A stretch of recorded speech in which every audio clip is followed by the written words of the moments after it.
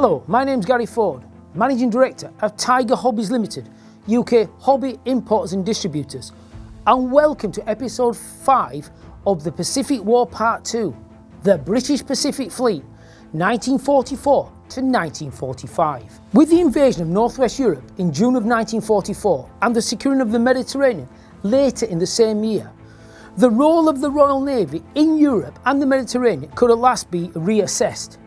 The Royal Navy had a torrid time in the Far East in early 1942, losing two massive warships off Malaya, HMS Prince of Wales and HMS Repulse, and losing an aircraft carrier, cruisers and destroyers in battle with the Japanese in the Indian Ocean in April of 1942. The Royal Navy was totally outclassed and could not get a grips with the Imperial Japanese Navy. Years of underfunding, especially while the Royal Air Force ran the Fleet Air Arm in the 1920s and 1930s, left the Royal Navy with some of the worst naval aircraft in service.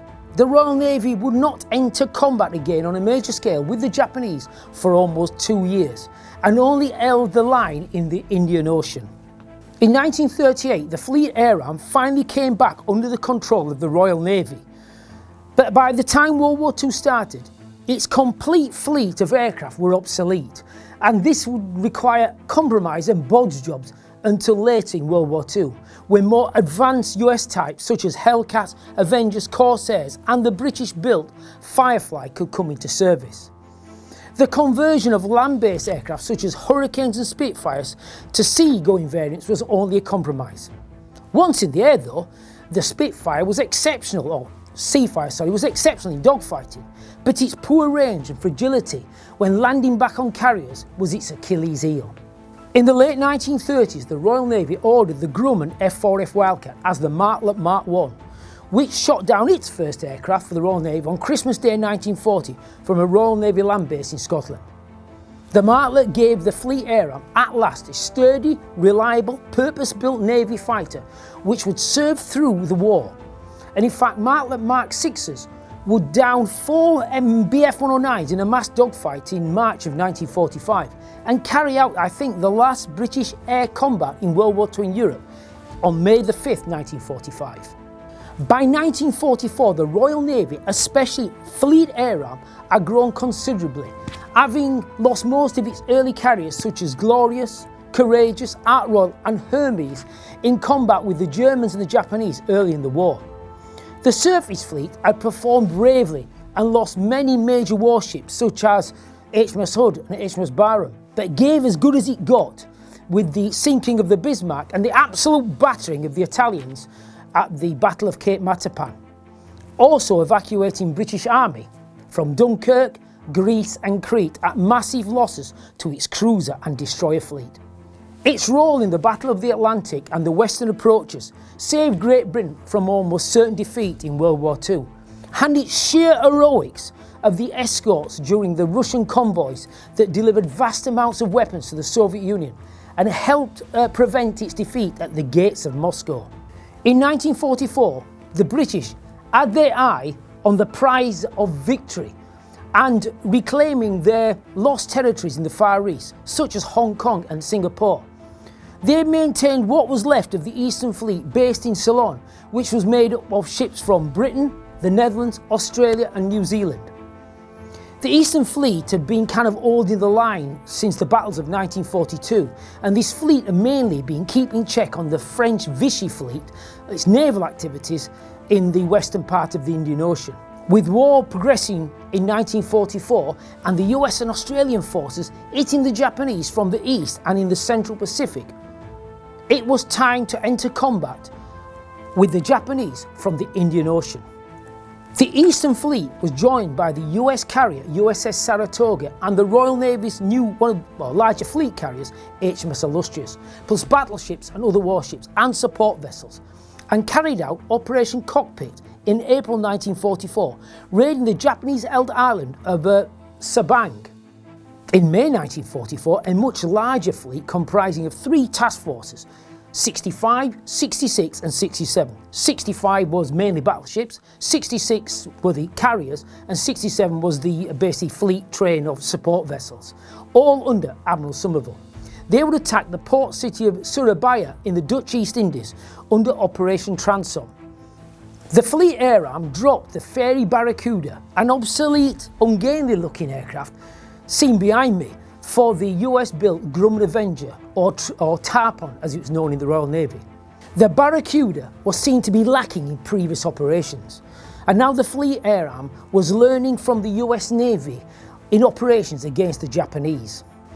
The raid was not mega successful, but it did provide experience for the Royal Navy and the Eastern Fleet that would also form the basis of the new British Pacific Fleet. The aircraft that would take the fight to the Japanese in the Pacific were now on the decks of Royal Navy aircraft carriers.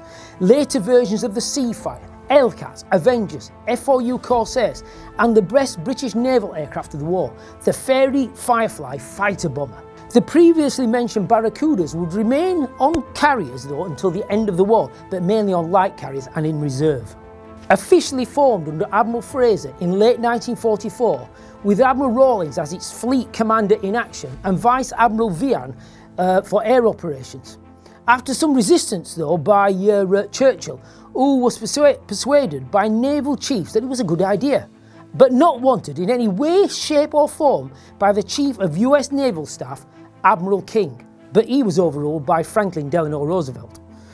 Admiral Fraser moved his flag onto the battleship HMS Howe from the gunboat Tarantula, which was based in Trincomalee in Ceylon, and soon this massive fleet would start to gather.